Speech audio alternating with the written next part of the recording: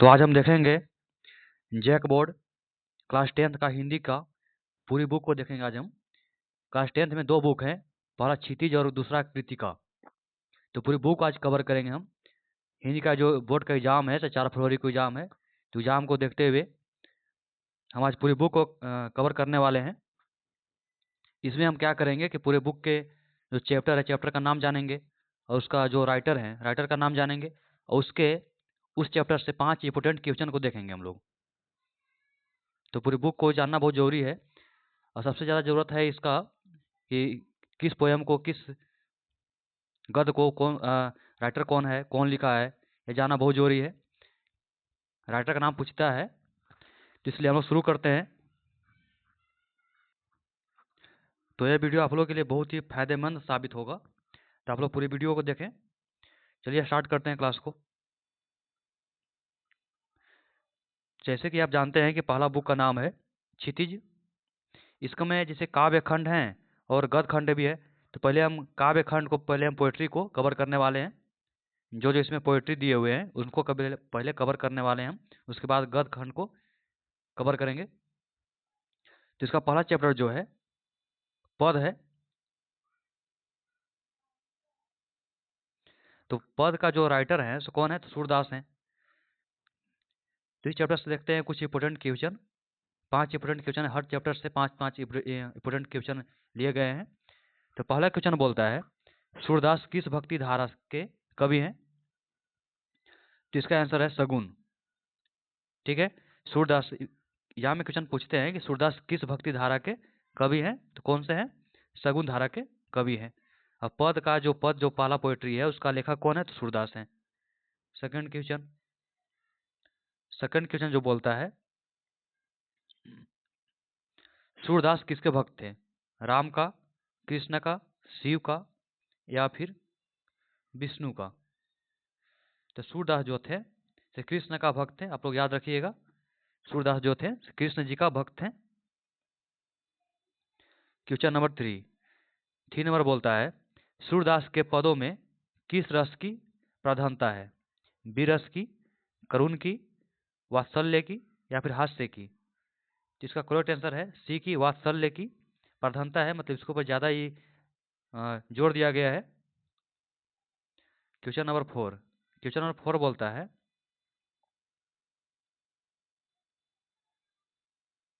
सूरदास की भाषा क्या थी, अवधी, ब्रजभाषा, खड़ी बोली या फिर संस्कृत। तो सूरदास की जो भाषा थी से ब्रज भाषा थी। ठीक है, अगला क्वेश्चन है क्वेश्चन नंबर 5 नंबर बोलता है सूरदास के काव्य का मुख्य विषय क्या है, नीति, समाज, कृष्ण की लीलाएं या फिर प्रकृति।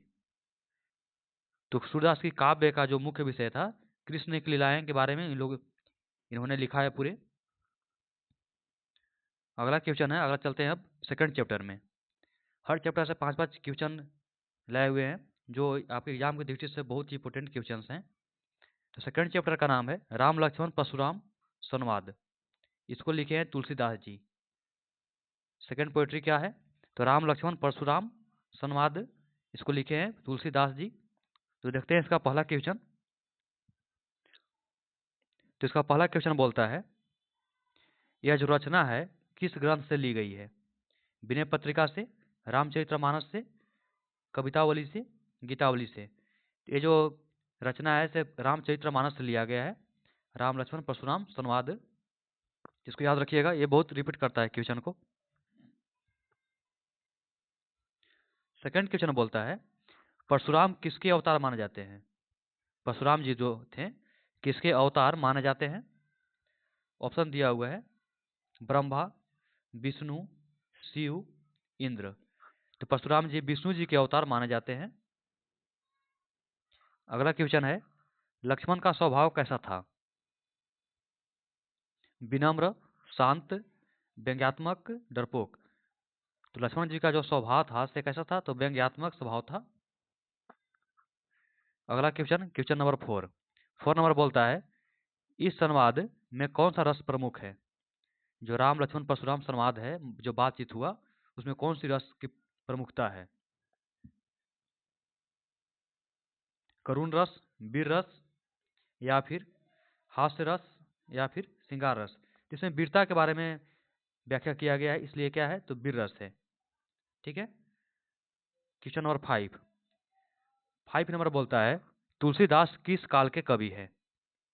काल पूछ रहा है कि तुलसीदास जी जो हैं किस काल के कवि है। आदिकाल, भक्ति काल, रीति काल, या फिर आधुनिक काल। तो तुलसीदास जी जो हैं से भक्ति काल के कवि हैं। इसको आप नोट कर लीजिएगा, इंपोर्टेंट क्वेश्चन है।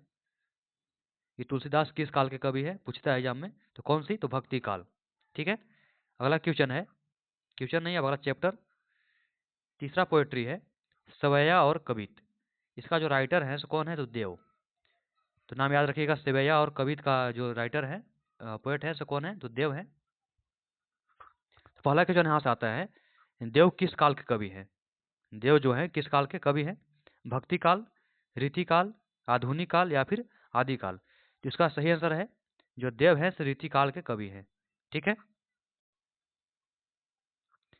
क्वेश्चन नंबर सेकंड है, सेकंड क्वेश्चन बोलता है देव किस भाषा में लिखते थे।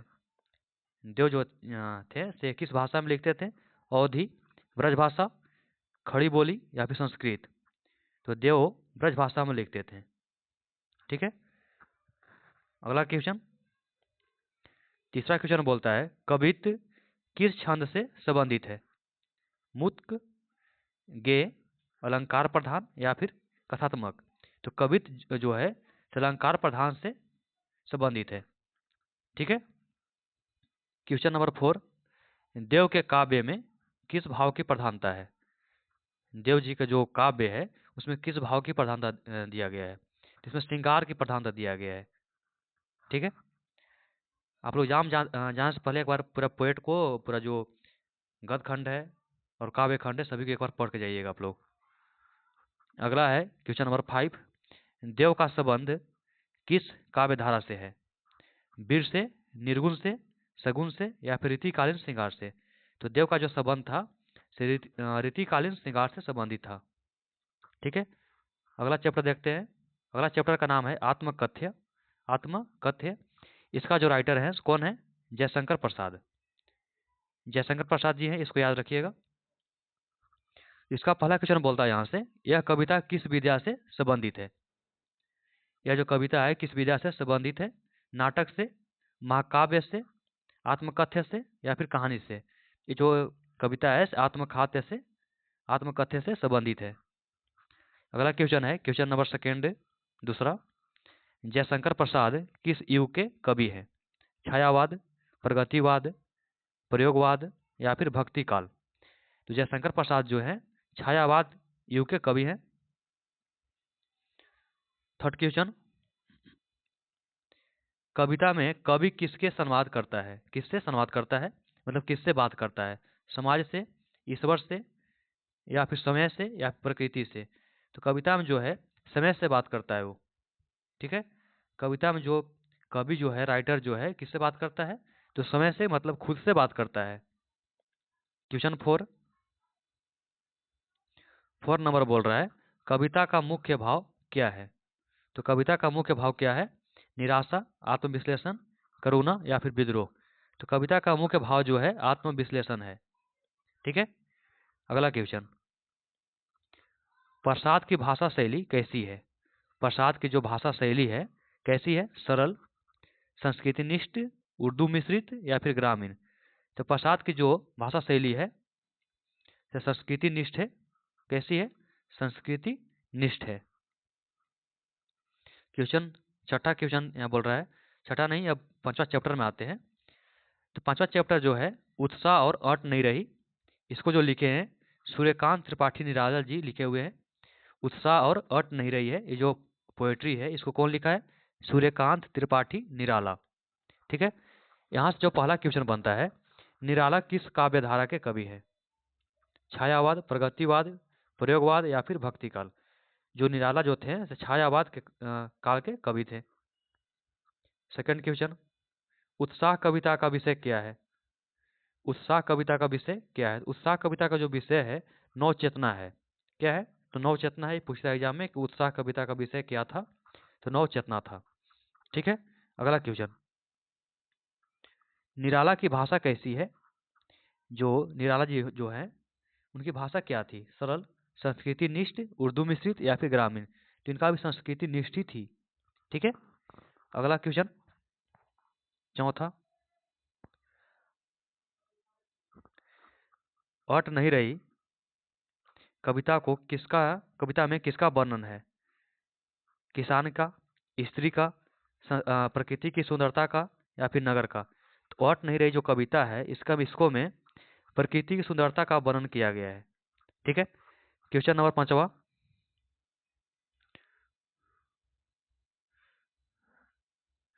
निराला को क्या कहा जाता है? निराला को क्या कहा जाता है? महाकवि या फिर जन कवि या फिर मुक्त छंद के प्रवर्तक या फिर भक्त कवि? तो इन्हें मुक्त छंद के प्रवर्तक कहा जाता है। ठीक है, इसको भी याद रखिएगा। यहाँ पूछता है कि निराला को क्या कहा जाता है। अब चलते हैं छठा चैप्टर में। छठा चैप्टर बोलता है, इस छठा चैप्टर का जो नाम है से नाम है यह दंतुरित, मुस्कान और फसल। इसका जो राइटर है कौन है? तो नागार्जुन। ठीक है। यह दंतुरित, मुस्कान और फसल, इसके जो राइटर हैं, पोएट हैं, कौन है? तो नागार्जुन है। पहला क्वेश्चन बोलता है, नागार्जुन किस धारा के कवि है? छायावाद, प्रगतिवाद, भक्तिकाल या फिर रीतिकाल?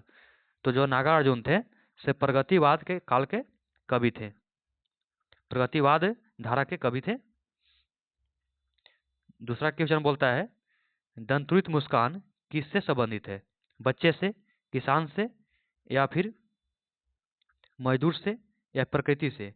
ये जो है दंतुरित मुस्कान जो है से बच्चे लोग से संबंधित है। ठीक है। अगला क्वेश्चन,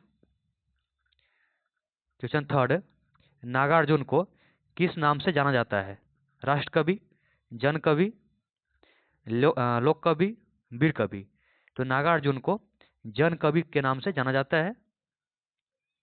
ठीक है। अगला क्वेश्चन, कवि का मुख्य उद्देश्य क्या है?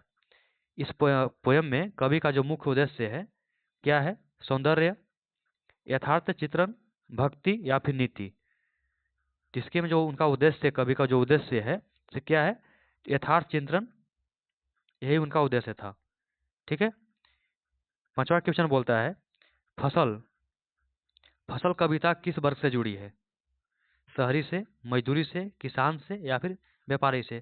तो साफ पता चल रहा है फसल यानी कि किसान से जुड़ा होगा। ठीक है। अगला क्वेश्चन, क्वेश्चन नहीं, 7 चैप्टर, चैप्टर बोल रहा है छाया मत छूना। इस पोयम का नाम है, पोएट्री है छाया मत छूना। इसके जो पोएट हैं गिरिजा कुमार माथुर, इन्होंने लिखा है इसको छाया मत छूना को। तो आप पोएट का नाम याद रखिएगा, पूछता है एग्जाम में। तो इससे पहला क्वेश्चन है, यह कविता किस भाव को व्यक्त करती है? अतीत से मोह, वर्तमान संघर्ष, भविष्य से भक्ति? तो यह कविता जो है वर्तमान संघर्ष को दर्शाता है। ठीक है। अगला क्वेश्चन जो है, कविता का संदेश क्या है? तो कविता का जो संदेश है, सपने देखना, अतीत में मत उलझो, प्रकृति प्रेम, समाज सुधार? तो कविता का जो संदेश था, अतीत में मत उलझो, मतलब अतीत में उलझने की जरूरत नहीं है, आगे बढ़ने की जरूरत है, यही इसका संदेश था। थर्ड क्वेश्चन बोलता है, गिरिजा कुमार माथुर किस युग के कवि हैं? तो गिरिजा कुमार माथुर जो थे नई कविता युग के कवि थे।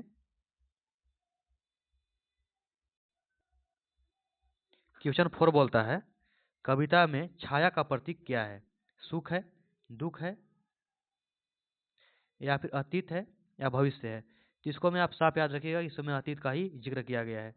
ठीक है। क्वेश्चन 5, पांचवा क्वेश्चन बोलता है, भाषा शैली कैसी है? जो भाषा शैली है से कैसी है? सरल, प्रतीकात्मक, संस्कृतिनिष्ठ या फिर ग्रामीण? तो प्रतीकात्मक है। कैसी है? प्रतीकात्मक। चैप्टर 8वां है, 8 चैप्टर बोलती है, इसका नाम है कन्यादान। क्या नाम है? कन्यादान। इसका जो पोएट है से कौन है? ऋतुराज। रिपीट करता है क्वेश्चन ए, कन्यादान का जो राइटर है, पोएट है से कौन है? ऋतुराज जी है। इसका पहला क्वेश्चन क्या बोलता है, कविता का विषय क्या है? विवाह, स्त्री स्वतंत्रता या फिर परंपरा बनाम आधुनिकता या फिर शिक्षा? तो परंपरा बनाम आधुनिकता। ठीक है। अगला है सेकंड क्वेश्चन, पिता का दृष्टिकोण कैसा है? रूढ़िवादी, आधुनिक, डरपोक या फिर उदास? तो आधुनिक उनका जैसे जो दृष्टिकोण था, आप पढ़िएगा इस पोएट्री को तो पता चलेगा कि जो उनके जो पिता थे तो उनका जो सोच था, दृष्टिकोण था, से आधुनिक युग का था। वो जो जैसे मानते थे कि जो बेटियां हैं से घर के चार दीवारे के अंदर न रहें। अगला क्वेश्चन बोलता है, कविता किस युग की है? कविता किस युग की है? भक्ति काल, छायावाद, समकालीन या फिर रीतिकाल? ये जो कविता जो है समकालीन का है, समकालीन युग का है। अगला क्वेश्चन, कविता का मुख्य संदेश क्या है? तो कविता का जो मुख्य संदेश है आत्मनिर्भरता है। क्या है? आत्मनिर्भरता, मतलब स्त्रियों को आत्मनिर्भर होना चाहिए, ये इसका मुख्य संदेश है। अगला है पांचवा क्वेश्चन, कन्यादान में किससे प्रश्न किया गया है? समाज से, बेटी से, पिता से या फिर परंपरा से? तो कन्यादान में जो है परंपरा से प्रश्न किया गया है कि जो स्त्रियां हैं से चार दीवारे के अंदर ही क्यों रहे, बाहर क्यों नहीं जा सकती है ना। चैप्टर 9, इस चैप्टर का नाम है संगतकार। ठीक है। और लास्ट पोएट्री भी है, इसके बाद हम लोग चलेंगे गद्य खंड में। तो जो संगतकार है, इसका जो राइटर है, पोएट है, कौन है? तो मंगलेश डबराल। संगतकार जो पोएट्री है, इसका जो पोएट है कौन है? मंगलेश डबराल। इसको याद रखिएगा। इस चैप्टर से पहला क्वेश्चन है, संगतकार कौन होता है? संगतकार जो है से कौन होता है? तो संगतकार जो है सहायक होते हैं, सहायक को संगतकार भी कहते हैं हम लोग। ठीक है। अगला है, ये जो कविता है, इस कविता का विषय क्या है? जो कविता जो है संगतकार, इस कविता का विषय क्या है? तो आम व्यक्ति का योगदान, जो आम व्यक्ति होते हैं उनका योगदान का इसे जिक्र किया गया है। इस कविता का भाव क्या है? तीसरा क्वेश्चन पूछता है, कविता का भाव क्या है? श्रृंगार है, वीर है या फिर करुणा है या फिर यथार्थ है? इसका जो भाव है से यथार्थ है। ठीक है। अगला जो बोलता है, मंगलेश डबराल किस युग के कवि है? तो मंगलेश डबराल जो है समकालीन युग के कवि हैं। किस युग के? तो समकालीन युग के कवि हैं मंगलेश डबराल। पांचवा क्वेश्चन बोलता है, कविता किसे महत्व देती है? कविता जो है किसे महत्व देती है? प्रसिद्धि को, शक्ति को, सहयोग को या फिर धन को? तो कविता का जो अर्थ इसमें दिखाया गया है सहयोग, सहयोग को ही महत्व देती है। ठीक है। अब चलते हैं हम लोग गद्य खंड में, मतलब प्रोज में। ठीक है। आपको यहाँ से क्वेश्चन बहुत पूछते हैं, तो हम लोग चलते हैं गद्य खंड में। इसका जो पहला चैप्टर है, नेताजी का चश्मा, इसका जो राइटर है कौन है? समय प्रकाश। कौन है? तो समय प्रकाश है नेताजी का चश्मा का राइटर। इसको से पहला क्वेश्चन बनता है हम लोग का कि नेताजी का चश्मा किस विधा की रचना है? जो नेताजी का चश्मा जो है किस विधा की रचना है? ये आपको कहानी की रचना है, इसमें कहानी पूरा दिया हुआ है। ठीक है।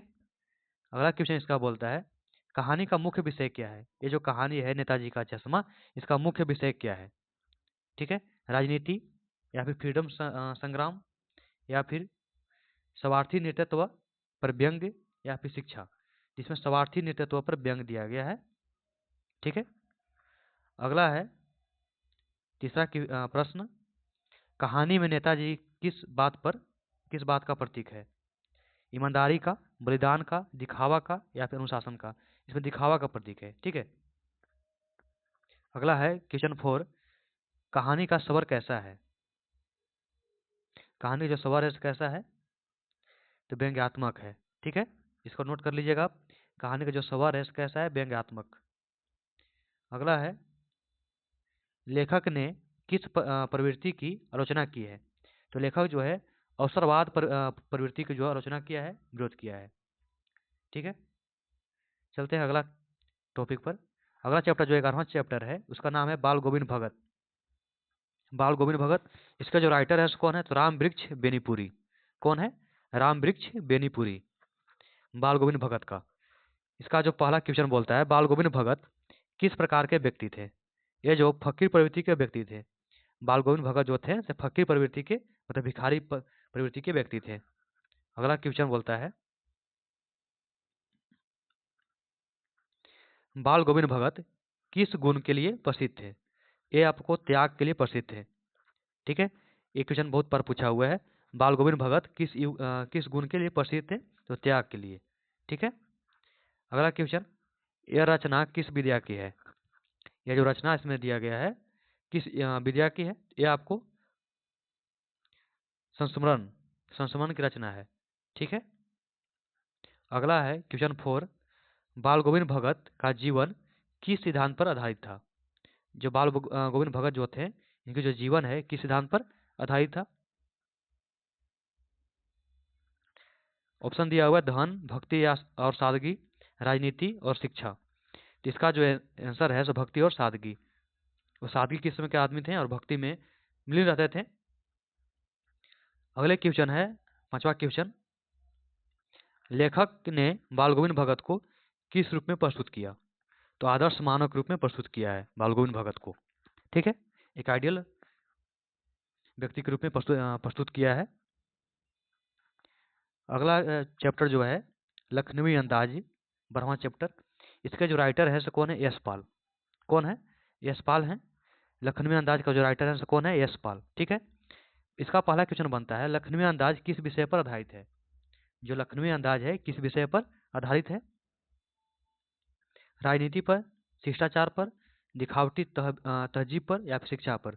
यह जो है दिखावटी तहजीब पर आधारित है। ठीक है, अगला है, यह रचना किस विद्या की है? यह जो रचना है से किस विद्या की है? यह आपको व्यंग्यात्मक लेख की रचना है। ठीक है, अगला तीसरा क्वेश्चन बोलता है, लखनवी समाज की किस प्रवृत्ति पर व्यंग किया गया है? लखनवी समाज की किस प्रवृत्ति पर व्यंग किया गया है? यह आपको व्यंग किया गया है दिखावा पर। किस पर? तो दिखावा पर। अगला क्वेश्चन बोलता है, लेखक का दृष्टिकोण कैसा है? लेखक का दृष्टिकोण कैसा है? तो लेखक का जो दृष्टिकोण है आलोचनात्मक है। कैसा है? आलोचनात्मक है, मतलब आलोचना करता है इसमें। 5वां क्वेश्चन बोलता है, भाषा शैली कैसी है? इसकी जो भाषा शैली है कैसी है? इसकी जो भाषा शैली है व्यंगपूर्ण है। अधिकतर जो मतलब जो कहानी आते हैं से व्यंगपूर्ण ही शैली रहती है उसकी। अगला जो है चैप्टर मानवीय करुणा की दिव्य चमक। इसके जो राइटर है कौन है? सर्वेश्वर दयाल सक्सेना। कौन है? सर्वेश्वर दयाल सक्सेना। मानवीय करुणा की दिव्य चमक की। इसका पहला क्वेश्चन बनता है, यह पाठ किस व्यक्तित्व पर आधारित है? यह आपको मदर टेरेसा के व्यक्तित्व पर आधारित चैप्टर है। अगला क्वेश्चन है, पाठ का मुख्य भाव क्या है? तो पाठ का जो मुख्य भाव है करुणा है। क्या है? करुणा। तीसरा क्वेश्चन बोलता है, यह जो रचना है किस विद्या की है? यह जो रचना है संस्मरण की रचना है। ठीक है, अगला जो है क्वेश्चन, मदर टेरेसा किस सेवा के लिए प्रसिद्ध थी? तो मदर टेरेसा जो है रोगियों और गरीबों की सेवा के लिए प्रसिद्ध थी। ठीक है, अगला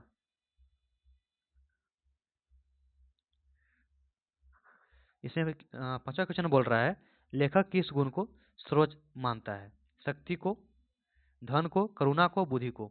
तो ये जो है करुणा को सर्वोच्च मानता है, वो सबसे ऊपर मानता है। अगला चैप्टर जो है एक कहानी यह भी, इसको जो लिखे हुए हैं मनु भंडारी लिखे हुए हैं। कौन लिखा है? तो मनु भंडारी। इसका पहला क्वेश्चन क्या बोलता है, यह रचना किस विद्या से संबंधित है? यह जो रचना है आत्मकथा वात्मक निबंध से संबंधित है। सेकंड क्वेश्चन क्या बोलता है, रचना का मुख्य विषय क्या है? तो रचना का जो मुख्य विषय है से लेखकीय जीवन है। क्या है? लेखकीय जीवन। अगला जो क्वेश्चन बोलता है, लेखिका किस पीड़ा को व्यक्त करती है? ये जो लेखिका जो है रचनात्मक संघर्ष को इसमें व्यक्त करता है, दर्शाता है। अगला क्वेश्चन जो बोल रहा है, मनु भंडारी किस विद्या के लिए प्रसिद्ध है? तो मनु भंडारी जो है ये आपको कहानी के लिए प्रसिद्ध है। जैसे कहानी लिखे हुए हैं तो कहानी के लिए प्रसिद्ध है। अगला है, भाषा शैली कैसी है? इनकी जो भाषा शैली है कैसी है? तो जो भाषा शैली है सरल और आत्मीय है। कैसी है? तो सरल और आत्मीय। अगला चैप्टर जो है 15वां, स्त्री शिक्षा के विरोधी कुर्तकों का खंडन। इसका जो राइटर जो है कौन है? महावीर प्रसाद द्विवेदी। द्विवेदी, ठीक है, द्विवेदी है। इसका जो पहला क्वेश्चन जो है क्या बोलता है, यह पाठ किस विषय पर आधारित है। यह जो पाठ है नारी शिक्षा पर आधारित है। ठीक है, किस पर? नारी शिक्षा। अगला क्वेश्चन बोलता है लेखक किस विचार का विरोध करता है? तो लेखक जो है स्त्री शिक्षा के विरोध करता है। स्त्री शिक्षा के विरोध का करता है, तो विरोध करता है। ठीक है। अगला क्वेश्चन बोलता है यह रचना किस विधा की है? यह जो रचना है किस विधा की है? यह आपको निबंध की रचना है। ठीक है। अगला जो बोलता है द्विवेदी जी किस युग के लेखक थे? ये आपको जो लेखक थे से द्विवेदी युग के लेखक थे। अगला जो पांचवा क्वेश्चन बोलता है लेखक का उद्देश्य क्या है? तो लेखक का जो उद्देश्य है समाज सुधारक, यही इनका उद्देश्य है। अगला जो है अगला चैप्टर है नौबत खाने में इबादत। इसका जो राइटर है यतीन्द्र मिश्र। ठीक है, नौबत खाने में इबादत का जो राइटर्स कौन है? यतीन्द्र मिश्र। इसको यह रचना किस पर आधारित है? पहला क्वेश्चन बोलता है यह रचना किस पर आधारित है? तो यह जो रचना है आपको कला साधना पर निर्भर है। अगला जो बोलता है रचना किस विधा की है? यह जो रचना है किस विधा की है? यह आपको संस्मरण की विधा पर आधारित है। लेखक किस काल को महत्व देता है? लेखक जो है किस काल को महत्व देता है? चित्रकला, संगीत, नृत्य या फिर अभिनव? यह जो है संगीत का करता है को महत्व देता है। ठीक है। अगला है इबादत शब्द का अर्थ क्या है? इसमें जो इबादत शब्द है इसका अर्थ जो है पूजा है। क्या है? तो पूजा। अगला जो क्वेश्चन पांचवा क्वेश्चन बोलता है रचना का भाव क्या है? रचना का जो भाव है श्रद्धा है। क्या है? श्रद्धा। अगला है चैप्टर संस्कृति। इसको जो लिखे हुए हैं कौन लिखा है? संस्कृति को लिखे हैं भन्नत आनंद कौशल्यायन। ठीक है। इसका पहला क्वेश्चन बोलता है यह पाठ किस विषय पर आधारित है? यह जो पाठ है संस्कृति पर आधारित है। किस पर? संस्कृति पर। सेकंड क्वेश्चन बोलता है लेखक किस बात पर बल देता है? तो लेखक जो है मानव मूल्य पर बल देता है। ठीक है। अगला है यह रचना किस विधा की है? कहानी, निबंध, संस्मरण या फिर आत्मकथा? यह जो रचना है निबंध पर आधारित है। ठीक है। चौथा क्वेश्चन बोलता है लेखक के अनुसार सच्ची संस्कृति क्या है? लेखक के अनुसार सच्ची संस्कृति क्या है? तो क्या है? तो मानवता। ठीक है। अगला इसकी भाषा शैली कैसी है? जो स्टोरी है इसकी भाषा शैली कैसी है? सरल, दार्शनिक या फिर व्यंग्यात्मक? इसकी जो भाषा शैली है दार्शनिक है। कैसी है? तो दार्शनिक। अगला अब आते हैं यहाँ पर सेकेंड बुक जो है कीर्तिका भाग 2। इस पर इसको में भी कुछ चैप्टर है तो हम देख ले रहे हैं इसको भी, या फिर इसको हम अगली वीडियो में देखेंगे। जो कल की जो वीडियो आने वाली है उसमें व्याकरण भी रहेंगे और ये सेकंड बुक का उसको में कवर करेंगे हम लोग। तो ठीक है, फिर मिलते हैं अगली वीडियो में।